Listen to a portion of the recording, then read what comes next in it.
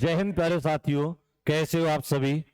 आज हम अपने YouTube चैनल रेटलिंग आईएएस पर भूगोल की श्रृंखला भूगोल पर प्रहार एक नया टॉपिक लेकर आए हैं, जिस टॉपिक का नाम होगा वोल्केनो।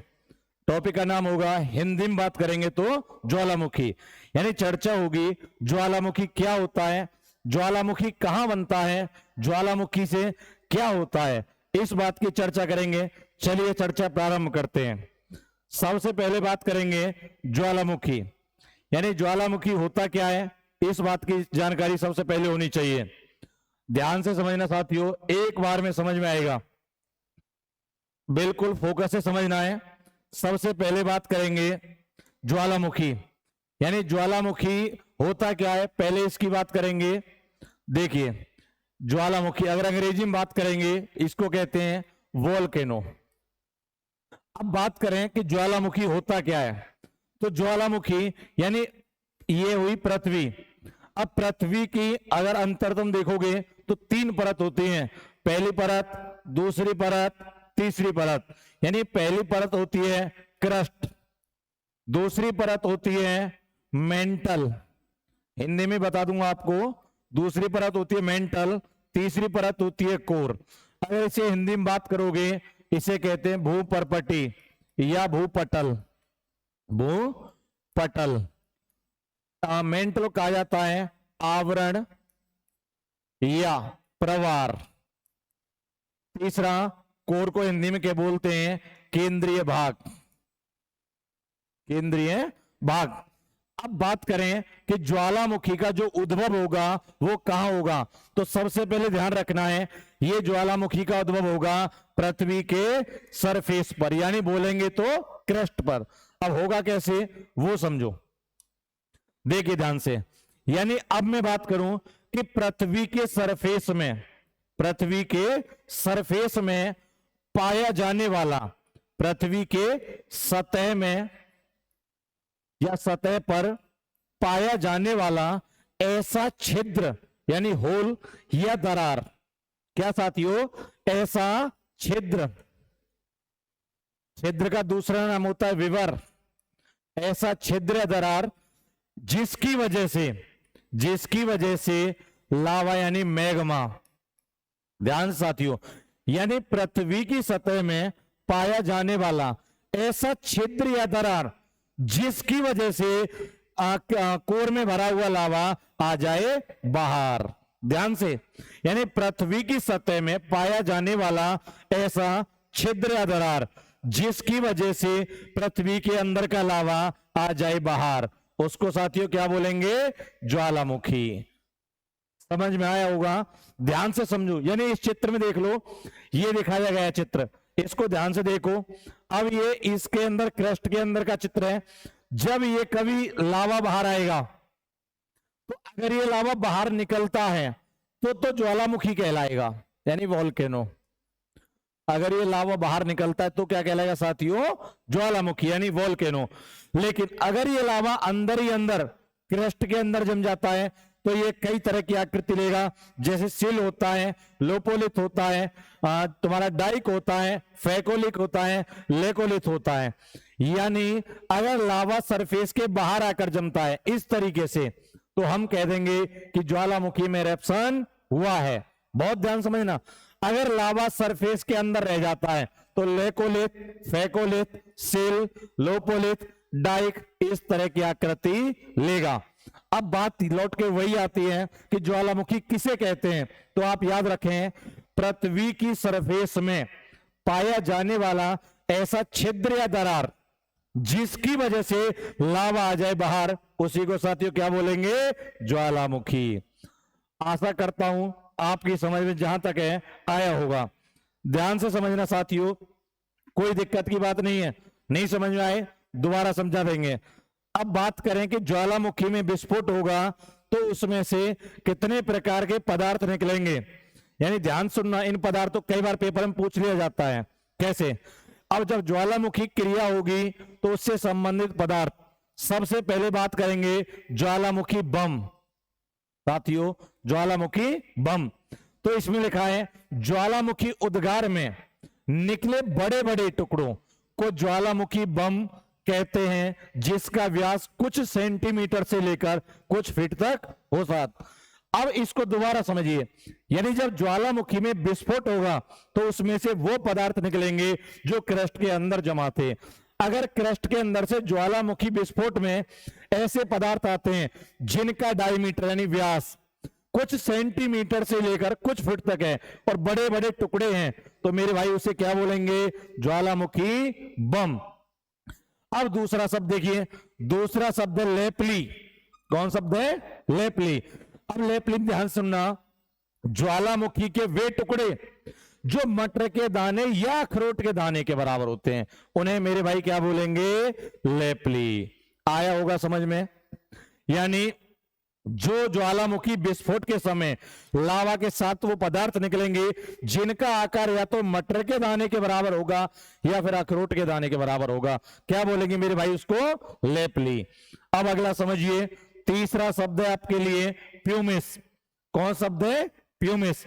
तो प्यूमिस इन चट्टानी टुकड़ों का घनत्व जल से भी कम होता है, यानी जो जल का घनत्व होगा उससे भी कम घनत्व होगा किसका?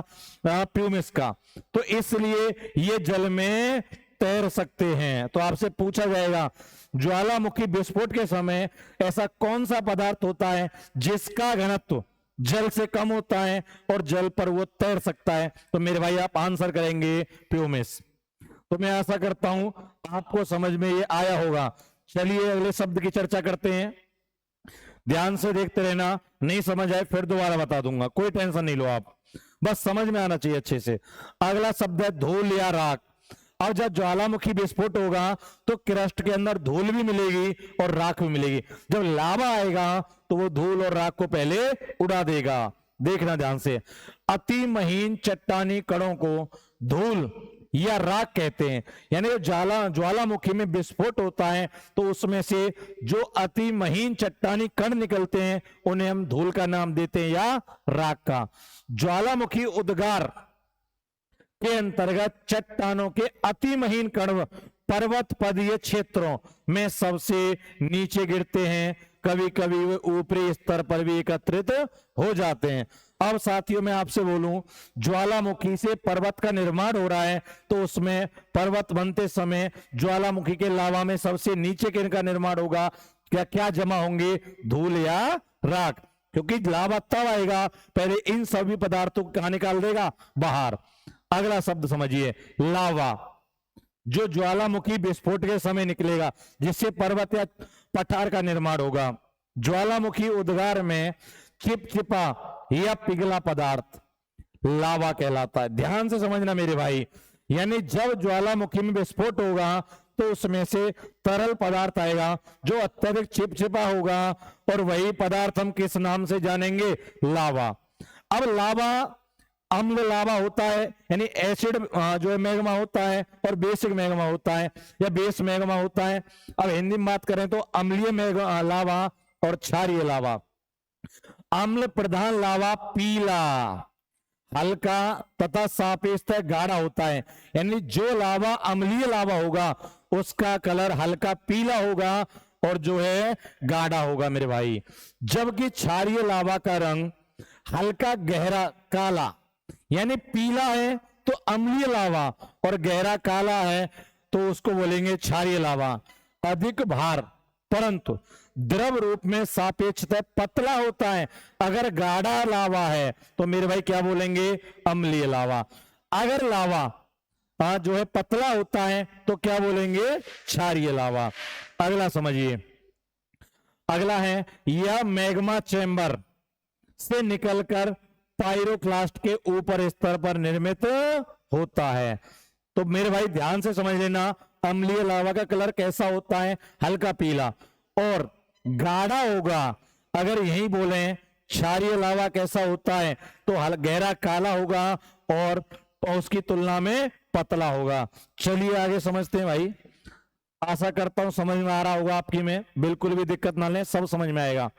अब बात करें, पायरोक्लास्ट की बात हुई थी पीछे, यानी पायरोक्लास्ट किसे कहा जाता है? तो पायरोक्लास्ट ज्वालामुखी क्रिया के अंतर्गत भूपटल पर आए चट्टानों के बड़े टुकड़ों को भाई क्या कहेंगे? पायरोक्लास्ट। कहते हैं। जो सबसे पहले निकलते हैं यानी लावा आएगा उससे पहले पायरोक्लास्ट आएगा। इसलिए प्राय ज्वालामुखी पर्वत में सबसे नीचे कौन पाए जाते हैं? पायरोक्लास्ट। इस पायरोक्लास्ट को ध्यान से सुन लेना भाई। पर्वत का निर्माण होगा ज्वालामुखी से, तो सबसे नीचे जो पदार्थ मिलेगा उसे क्या बोलेंगे मेरे भाई? तो उसे बोलेंगे पायरोक्लास्ट। अब देखिए ध्यान से दोबारा, यानी कुछ ज्वालामुखी के एग्जाम्पल दिए मैंने आपके लिए। जैसे हवाईयन तुल्य ज्वालामुखी इस प्रकार से बनेगा, यानी ये ऊपर से नीचे की ओर आएगा। देखिए आप, इसमें दिखाया गया है। जो स्ट्राम्बोली तुल्य ज्वालामुखी होगा वो इतना ऊंचा भी नहीं है और वो फैला हुआ है इससे, यानी वो ऊपर से नीचे की ओर ज्यादा जा रहा है और ये ऊपर की ओर ज्यादा जा रहा है। इसको देख सकते हैं, ये वोल्केनो तुल्य ज्वालामुखी है। अब चौथा देखिए, पिलियन तुल्य ज्वालामुखी। इसका आकार आपको अलग टाइप का दिखेगा। इसको देखोगे अलग दिखेगा, इसको देखोगे अलग दिखेगा, इसको देखोगे अलग दिखेगा और इसको देखोगे अलग दिखेगा। लेकिन पेपर में ये सब बातें नहीं करेगा। ये केवल मैंने आपको इसलिए चित्र दिखाए कि आप समझ सके कि ज्वालामुखी कई प्रकार से भी इरप्शन हो सकते हैं। अगला देखिए, आगे समझते हैं, ध्यान समझना, कोई दिक्कत नहीं रहेगी आपकी। यानी अब बात करेंगे ज्वालामुखी के प्रकार की। अब साथियों, ज्वालामुखी के जो प्रकार होते हैं वो 3 होते हैं। यानी एक होता है सक्रिय ज्वालामुखी, दूसरा होता है सुषुप्त ज्वालामुखी, तीसरा होता है शांत ज्वालामुखी या मृत ज्वालामुखी। तो पहले प्रकार की चर्चा करेंगे, सक्रिय ज्वालामुखी या जागृत ज्वालामुखी। तो इसको अंग्रेजी में बोलेंगे एक्टिव और अवेकिंग वोल्केनो, जो सक्रिय रहेगा। तो देखना भाई, ज्वालामुखी उसे कहते हैं जिसमें विस्फोट होता है। पहले तो ये क्लियर कर लो। उसके बाद यानी ऐसा ज्वालामुखी, क्या बोलेंगे मेरे भाई? ऐसा ज्वालामुखी, ऐसा ज्वालामुखी जिससे, ध्यान से समझना है, जिससे हमेशा, कब कब?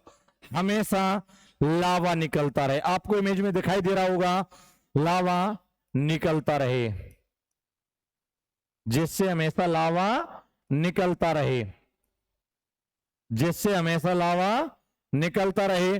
वो कैसे ज्वालामुखी होंगे मेरे भाई? वो ज्वालामुखी होंगे सक्रिय ज्वालामुखी। अब इसमें देखो, इससे आपको लावा निकलता हुआ दिखाई दे रहा होगा, तो ये किस टाइप का एग्जाम्पल हुआ? सक्रिय ज्वालामुखी। तो आपसे कोई पूछे ऐसे ज्वालामुखी बताइए जिनसे हमेशा लावा निकलता रहता है, तो वो कौन से ज्वालामुखी होंगे? तो आंसर होगा सक्रिय ज्वालामुखी। जैसे मैं एग्जाम्पल देता हूं आपको, जैसे कोटापैक्सी ज्वालामुखी है। कोटापैक्सी ये आपका इक्वाडोर में है। बस एग्जाम्पल देखना है, बाकी एग्जाम्पल मैं आपको आगे दे दूंगा पीपीटी में। उसके बाद ओजस डेल सेलाडो है, ओजस डेल सेलाडो। ये भाई मेरे अर्जेंटीना और चिली की सीमा पर है। बिल्कुल भी टेंशन नहीं लेनी, सब समझ में आएगा। आपको पीपीटी दे दी जाएगी, आपको बिल्कुल भी लिखने की जरूरत नहीं रहेगी, बस समझ लें ध्यान से। सक्रिय ज्वालामुखी किसे कहा जाता है? यानी जो ज्वालामुखी हमेशा उद्गार करते रहते हैं उन्हें कहते हैं भाई सक्रिय ज्वालामुखी। अगला चलते हैं दूसरा प्रकार। दूसरा प्रकार होगा सुषुप्त ज्वालामुखी। कौन सा? Dormant volcano. देखिए, दूसरा प्रसुप्त कह दो या सुषुप्त बोल दो, या तो लेटेंट बोल दो या डोरमेंट बोल दो। अब इसकी बात करना ध्यान से, यानी सुषुप्त ज्वालामुखी उसे कहा जाता है जिससे कभी कभी, मेरे भाई पीछे मैंने बोला था हमेशा, कभी कभी लावा निकलता हो, कभी कभी लावा निकलता हो। अभी मैंने पीछे क्या बोला था सक्रिय में, कि ऐसा ज्वालामुखी जिससे हमेशा लावा निकलता हो, तो कौन सा होगा? सक्रिय। अगर कभी कभी लावा निकल रहा है तो कौन सा होगा? प्रसुप्त या सुप्त। जैसे इस इमेज को देखो ध्यान से, आपको लावा निकलता दिखाई नहीं दे रहा है, लेकिन इसमें कभी भी विस्फोट हो सकता है। तो ऐसा ज्वालामुखी जिसमें कभी कभी लावा बाहर निकले, मेरे भाई क्या बोलेंगे उसे? सुषुप्त ज्वालामुखी या डोरमेंट वोल्केनो। जैसे एग्जांपल इंडोनेशिया में है, इंडोनेशिया, बाकी बहुत सारे एग्जांपल आगे दिए हैं। इंडोनेशिया में है क्राकाटाउ, क्राकाटाओ ज्वालामुखी। कौन सा भाई? क्राकाटाओ ज्वालामुखी। और ले लो, जापान में है, जापान में मेरे भाई फ्यूजियामा। कौन सा? फ्यूजियामा ज्वालामुखी।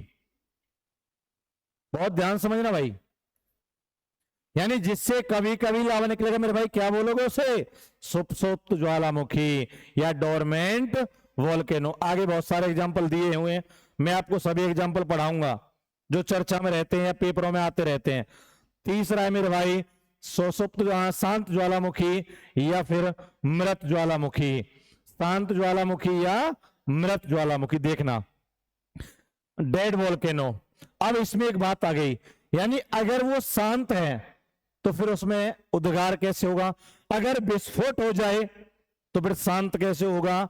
यानी अब बात करें, यहां ध्यान सुनना, यानी मैंने सक्रियम क्या बोला था कि ऐसा ज्वालामुखी जिससे हमेशा लावा निकले।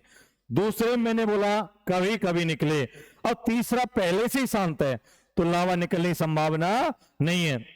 यानी ऐसा ज्वालामुखी, मेरे भाई ध्यान से, ऐसा ज्वालामुखी जिससे कभी लावा ना निकले। अगर निकल गया तो फिर बच्चा सुसुप्त चला जाएगा, और परमानेंट हो गया तो सक्रिय हो जाएगा। अब बात यह आती है कि शांत है, लावा नहीं निकल रहा है, तो फिर ज्वालामुखी किस बात का? तो कुछ वैज्ञानिकों का मानना है कि ये ऐसे ज्वालामुखी होते हैं जिनमें लावा समाप्त हो चुका है या इनके नीचे लावा नहीं है। तो मेरे भाई ज्वालामुखी के लिए इसका एग्जांपल ले लो। एक देश है आपका ईरान, उसमें दैमन ज्वालामुखी है, को सुल्तान है। अब तीन ज्वालामुखी दोबारा समझिए, यानी जिस ज्वालामुखी से हमेशा लावा निकल रहा है कौन सा होगा? सक्रिय। कभी कभी निकल रहा है तो कौन सा होगा? सुषुप्त। और कभी ना निकले तो शांत। अब बात आती है कि ज्वालामुखी में विस्फोट हो रहा है, कभी लावा निकल रहा है, कभी लावा नहीं निकल रहा है, तो इसका निर्धारण कौन कर रहा है? तो मेरे भाई एक बहुत इंपॉर्टेंट बात है, एक पदार्थ होता है सिलिका। ध्यान से, कौन सा पदार्थ है? सिलिका। अगर सिलिका की मात्रा बढ़ेगी तो ज्वालामुखी में विस्फोट होगा, और सिलिका की मात्रा नहीं बढ़ेगी तो ज्वालामुखी में इरप्शन नहीं होगा। यानी ज्वालामुखी में विस्फोट होगा या नहीं, यह किस पर निर्भर करता है? सिलिका की मात्रा पर। अब बात आती है कि ज्यादातर ज्वालामुखी कहां पाए जाते हैं, वो भी मैं अभी समझा देता हूं। यानी अब दो भाग समझना, यानी एक तो जमीन का टुकड़ा समझना जिसे हम कह सकते हैं स्थल, अब एक कह सकते हैं हम जलमंडल, जल जहां पर सागर और महासागर बने हुए हैं आपके। एक स्थल है जहां पर लोग निवास कर रहे हैं, हम निवास कर रहे हैं, एक जहां पर प्रशांत महासागर है, हिंद महासागर है। अब बात करो, लावा इसके नीचे से आएगा मेरे भाई, लावा इसके नीचे से आएगा। तो अब बताइए इसको तोड़ना आसान होगा लावा के लिए या इसको तोड़ना आसान होगा? तो मैं कहूंगा कि जो जलमंडल वाला होता है उसको लावा जल्दी तोड़ देता है। इसीलिए सबसे ज्यादा ज्वालामुखी कहां पाए जाते हैं? महासागरों में। कहां मेरे भाई? महासागरों में, या जमीन या सतह और महासागर के किनारे वाली जगह पर। यानी सरफेस पर ज्वालामुखी कम निकलते हैं, लेकिन सागर महासागरों में ज्वालामुखी ज्यादा निकलते हैं। तो अब शायद ऐसी कोई बात नहीं बची भाई जो आपके पेपर में आए और आपसे ना हो। आपसे पूछे सबसे ज्यादा ज्वालामुखी किस महासागर में पाए जाते हैं, तो आंसर होगा मेरे भाई प्रशांत महासागर। चलिए आगे बताता हूं, समझिए ध्यान से। अब कुछ ज्वालामुखी के एग्जाम्पल लिए मैंने आपके लिए एग्जाम्पल बहुत सारे हैं, लेकिन कुछ ध्यान रखना। पहला कॉलम रहेगा नाम, दूसरा कॉलम रहेगा उसकी ऊंचाई, तीसरा कॉलम रहेगा उसका स्थान। यानी जो ज्वालामुखी है वो कहां पर है, ऊंचाई कितने पर है, और उसका स्थान क्या है और नाम क्या है। देखना, जैसे ओजस डेल, ये मेरे भाई चिली और अर्जेंटीना की सीमा पर है। इसका ऊंचाई कितना है? 6885 मीटर। और इसमें बहुत इंपॉर्टेंट है कोटापेक्सी। कोटापेक्सी कहां है? इक्वाडोर में। ऊंचाई आप पढ़ लीजिएगा। चिम्बारेजो कहां है? इक्वाडोर में। उसके बाद सबसे इंपॉर्टेंट है इसमें मोनालोआ, कहां पर है? अमेरिका, हवाई द्वीप।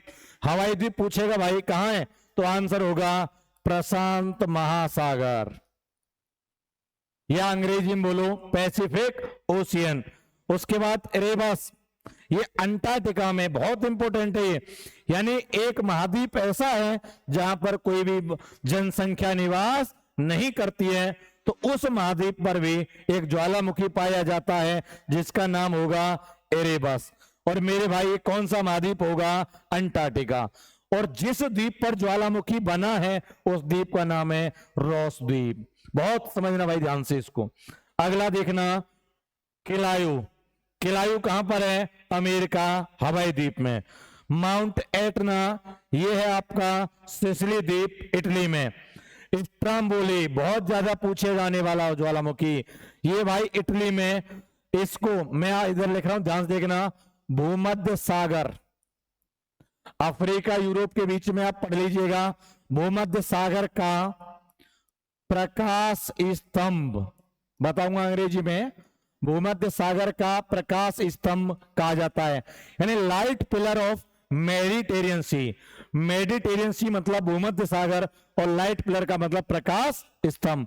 परीक्षा में पूछेगा किस ज्वालामुखी को भूमध्य सागर का प्रकाश स्तंभ कहा जाता है, तो आंसर होगा मेरे भाई स्ट्राम्बोली ज्वालामुखी। बहुत इंपॉर्टेंट है परीक्षा में। वेसुवियस ज्वालामुखी, ये भी आपका नेपल्स की खाड़ी इटली में है। उसके बाद भारत में भी बैरन द्वीप ज्वालामुखी है, जो कि हमारे अंडमान निकोबार में है। आपको पता होगा अंडमान निकोबार में कुछ द्वीपों का नाम चेंज हुआ है। आप मुझे कमेंट में बताना आगे कि वो कौन कौन से द्वीप हैं जिनका नाम चेंज हुआ है और उनका नया नाम क्या रखा गया है। अगला देखिए ज्वालामुखी। अगला ज्वालामुखी मेरापी, ये कहां पर है मेरे भाई? तो ये है इंडोनेशिया में। उसके बाद पोपोकेटेपिटल, ये भी इंपॉर्टेंट है। ये कहां पाया जा रहा है? ये पाया जाएगा तुम्हारा मैक्सिको में। यानी जब यूएसए देश बोलोगे उसके जस्ट नीचे स्थित देश कौन सा है? मैक्सिको। तो मेरे भाई बहुत महत्वपूर्ण ज्वालामुखी मैंने इसमें ले लिए। लगभग सारे बातें समझ में आई होंगी। अगर कोई बात ऐसी रहे जो समझ में नहीं आए, आप कमेंट बताना, उसकी दोबारा से चर्चा कर देंगे। आप ऐसी वीडियो पाने के लिए या पूरी श्रृंखला पाने के लिए आप फॉलो करें हमारा चैनल रेटलिंग आईएएस। इस चैनल पर जाकर सब्सक्राइब करें और लोगों को ज्यादा से ज्यादा जोड़ें। इसी चैनल पर कई प्रैक्टिस सेट चलाए जा रहे हैं जिनको आप देखना ना भूलें। बहुत बहुत धन्यवाद।